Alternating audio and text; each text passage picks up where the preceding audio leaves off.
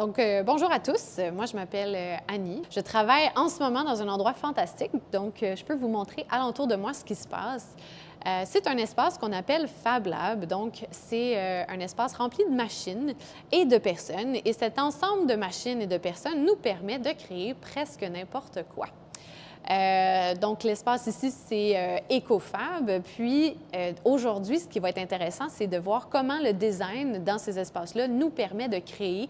Et aujourd'hui, dans le sujet du design, c'est particulièrement intéressant parce que ça nous permet d'imaginer à toutes sortes de solutions sur toutes sortes de problématiques. Puis après ça, de les avoir dans nos mains, de les tester et après ça, de contribuer à améliorer un petit peu le monde avec ce qu'on peut créer dans notre tête.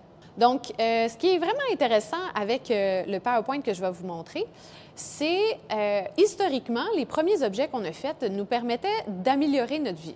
Hein? Les premiers objets nous servaient à chasser d'une manière plus efficace, de faire du feu plus rapidement, de se créer peut-être un outil qui nous permettrait de créer des vêtements. Donc, on a été capable, à travers les années, de se former là-dedans et de découvrir toutes sortes de techniques de fabrication pour améliorer finalement notre quotidien de tous les jours.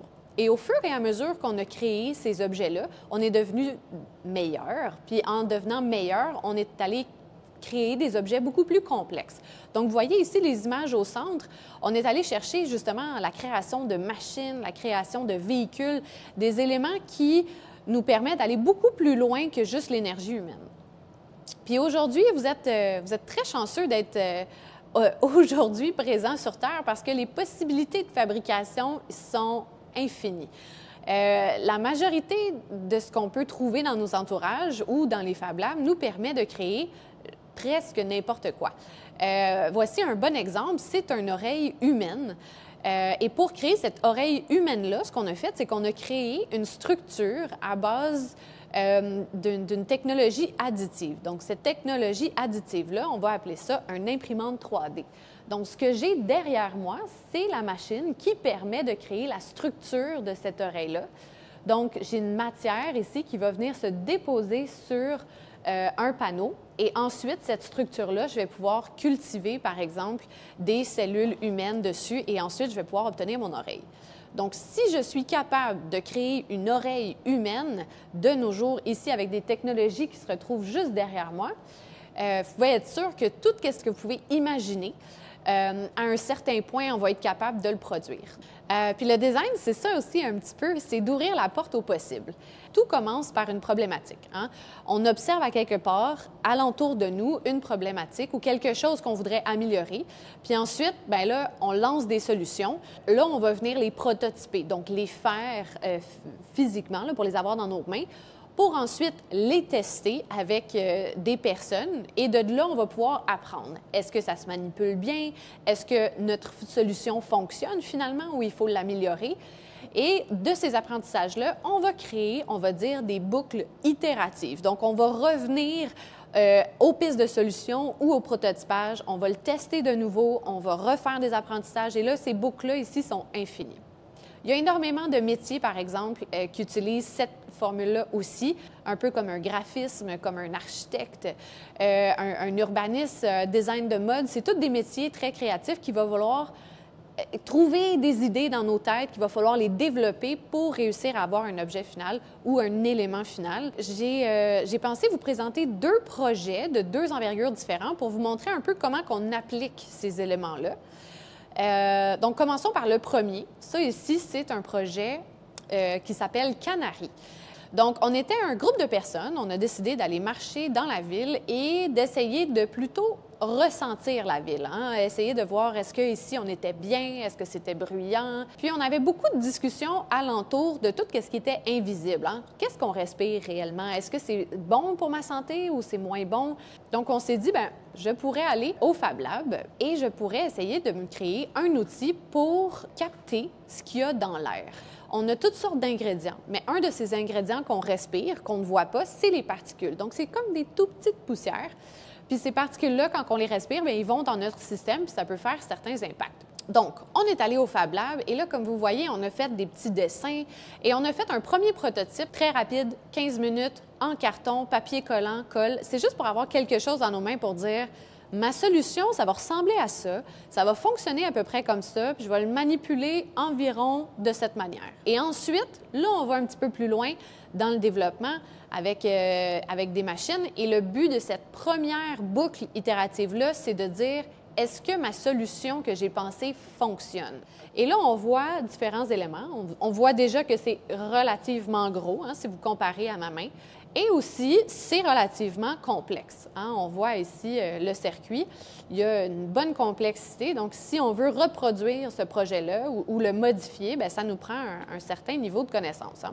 Donc, ça ici, c'est les apprentissages qu'on a faits pour le premier prototype. Mais l'important, c'est qu'on a trouvé qu'avec ces éléments-là, on peut capter les particules et on en a parlé à plusieurs personnes et on a découvert qu'il y a plusieurs personnes qui s'intéressaient au même sujet. Donc, pendant ce second cycle d'itération-là, on a changé la forme un petit peu parce que là, on l'a transformé en kit. On s'est dit, bien, s'il y a plusieurs personnes qui s'intéressent au même sujet, on pourrait faire quelque chose qui pourrait être reproductible. Et on a eu de la chance avec ce prototype-là parce on l'a testé auprès de 600 personnes.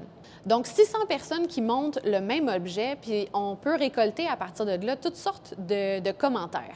Est-ce qu'il y a des problématiques de montage? Est-ce que le canari est assez solide? Est-ce qu'on l'utilise d'une autre manière qu'on aurait prévu, puis qu'on s'en attendait pas? Donc, on reçoit toutes sortes de commentaires, mais au moins, ce groupe test-là nous a vraiment, vraiment nourris à savoir, OK, ça, c'est un projet intéressant, il faudrait que je l'améliore de cette manière-là.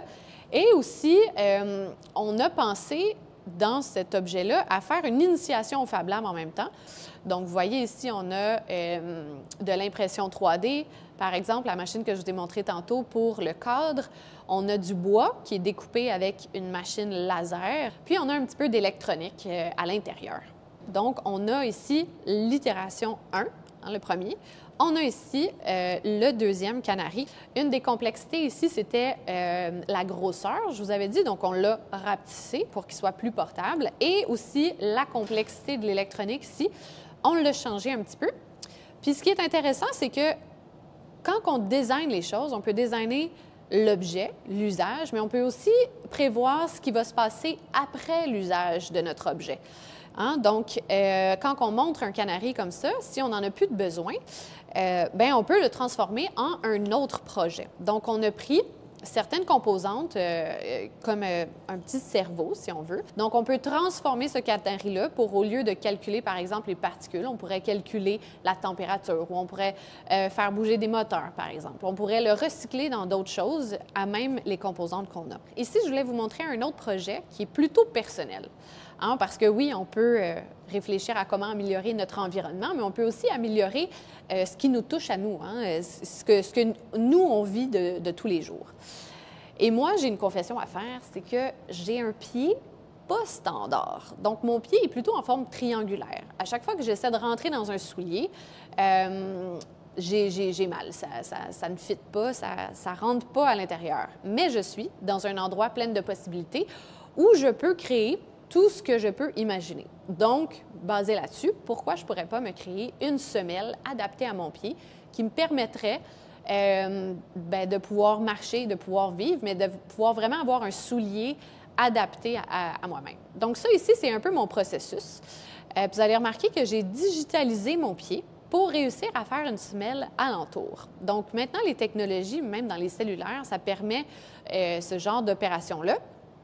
Puis, en créant une semelle, bien là, nécessairement, je ne peux pas tester la semelle en tant que telle, hein. Il faut que je mette quelque chose alentour. Donc, j'ai créé une sandale en découpe laser. Donc, la machine que vous voyez en ce moment, c'est une découpe laser. Puis, j'ai créé une sandale alentour pour tester la semelle. Et ensuite, on assemble, un peu comme une sandwich, la semelle et la sandale pour créer des différentes versions pour tester, voir si c'est confortable ou pas. Donc, je peux vous montrer en plus petit les différents objets ici qu'on voit. Donc, la semelle en tant que telle, ça ici, c'est le final. OK? Donc, c'est une semelle en impression 3D. Donc, cette technologie-là nous permet de personnaliser des objets. Mais avant d'arriver à cet objet-là, il fallait faire quelques développements. Parce que, bien sûr, ma première idée, c'était pas celui-là, hein. Je vais vous montrer sur le PowerPoint. que j'ai plusieurs prototypes, puis j'ai suivi finalement un certain filon. Donc, je suis commencée par le prototype que vous voyez en bas à droite, qui est une semelle tressée en serviette. Un de mes critères principaux dans ce design-là, c'était de se dire, OK, bien, j'aimerais ça que ça gère cette humidité-là. Je voudrais que ça respire, je voudrais que ça l'absorbe aussi, peut-être, l'humidité. Donc, j'ai commencé par là et en suivant mon instinct, finalement, j'ai fini par une semelle imprimée en 3D qui est complètement recouverte. Et là, ici, c'est une matière plutôt plastique. Hein, vous voyez un petit peu que ça reluit. Et elle est pleine. Donc, ici, un de mes critères, c'était que ça gère l'humidité, que ça respire. Ici, ça ne l'est pas du tout. Mais à l'intérieur de cette semelle-là pleine, okay, si j'enlève la première couche ici, ce que je retrouverais, ça serait une structure un peu comme ça. Ou est-ce que c'est moi qui décide qu'est-ce que je mets à l'intérieur? Et ces différents supports internes-là, je peux décider la densité, mais je peux décider aussi la forme. Donc ici, par exemple, j'ai quelque chose de plutôt mou quand je presse sur le côté, mais plutôt rigide quand je presse par le dessus. Et j'en ai d'autres plutôt en 3 dimensions où, peu importe le côté que je presse, je vais avoir une meilleure solidité. Donc l'idée était de réussir à imprimer une semelle sans le dessus et sans le dessous pour avoir finalement une meilleure gestion de la chaleur et de l'humidité. Donc, après un petit peu de travail et de formation, j'ai réussi à créer cette semelle où je suis allée encore un peu plus loin, je suis allée diviser certaines zones où est-ce que j'ai voulu avoir plus de support. Donc, vous voyez le talon et la plante de pied ici, j'ai beaucoup plus de densité, donc un meilleur support. Et à d'autres sections, comme ici, je voulais une meilleure flexibilité, un meilleur confort. Donc, je suis allée vers quelque chose de plus moelleux. Et au contraire, l'arche, je voulais que ça soit un mélange entre les deux, donc quelque chose de supportant, mais quelque chose quand même de moelleux. Donc, je suis allée chercher une autre texture. Donc, cette idée-là finale, je ne l'ai jamais imaginée comme ça. J'ai vraiment, tranquillement, pas vite, j'ai fait un prototype, j'ai appris de ce prototype-là et ensuite, j'ai suivi mon instinct pour le développer encore plus loin puis aller chercher des propriétés encore plus intéressantes. Donc, ce projet-là, comme je disais, c'est quelque chose de très personnel. Donc, que ce soit quelque chose de grand ou de petit, pour l'environnement ou pour vous-même, vous avez la capacité d'imaginer des solutions. Et le meilleur moyen de tester, si vous aimez ça, le design ou les métiers créatifs, c'est de le faire une fois. Donc, je vous laisse ici sur des différentes inspirations. Là, je vous ai parlé d'objets parce que c'est ce que moi, j'aime faire. Mais peut-être que vous, ce qui vous intéresse, c'est plutôt les grands projets, comme l'architecture, par exemple. Donc ici, vous voyez un zôme. Donc, un zôme, c'est une espèce de bâtiment en gouttes d'eau. Et ce zôme-là, on l'a créé pour qu'il soit complètement transformable, désassemblable, réparable. Donc, on a designé des différentes jonctions et on a designé ce système-là. Donc, ça, c'est très, très grand. C'est 17 pieds de haut. On peut rentrer 2 étages quasiment à l'intérieur. Ou on peut transformer ça. On avait, par exemple, une belle histoire. C'est le banjo que vous voyez. C'est une personne que, dans sa vie, il avait un métier traditionnel. Donc, il créait des guitares, il était luthier. Et quand il est arrivé ici, il a décidé de se jouer au jeu un peu puis de voir, est-ce que d'autres machines ou d'autres possibilités pourraient me permettre de faire le même métier, mais d'une autre manière. Donc, il a décidé de créer des instruments de musique. Le but, c'était qu'ils soient très abordables, donc un peu de démocratiser les instruments de musique. Donc, il a fait un ukulélé et un banjo de cette manière-là. Donc, on peut adapter aussi des pratiques ancestrales avec une petite twist aussi qu'on vient ajouter. Donc, c'est vraiment libre à vous. Donc, allez voir peut-être dans votre entourage, peut-être dans la famille ou des amis ou peut-être à votre école ou la bibliothèque, si vous n'avez pas des possibilités de fabrication. Est-ce qu'il y a des machines de disponibles? Est-ce qu'il y a des outils de disponibles? Est-ce qu'il y a des personnes qui pourraient vous aider à manipuler des scies, par exemple, ou aller fabriquer quelque chose de vos mains? Puis si jamais vous n'en trouvez pas, bien, il reste toujours le ciseau et le carton. C'est des matières qui sont en abondance, qui sont très accessibles et qui vous permettent de créer des objets quand même assez intéressants. D'ailleurs, la chaise que vous avez vue sur ce PowerPoint-là était faite en carton. Donc, nous, on l'a fait avec des machines, mais vous pouvez très bien le faire avec des ciseaux. Donc, même si vous avez que des ciseaux, vous pouvez quand même accomplir beaucoup de choses. Donc, lancez-vous et on verra si les métiers créatifs, c'est quelque chose qui vous plaît ou non. Donc, merci beaucoup de m'avoir écouté aujourd'hui, puis j'espère que peut-être que c'est quelque chose qui va germer dans votre esprit. Donc, merci.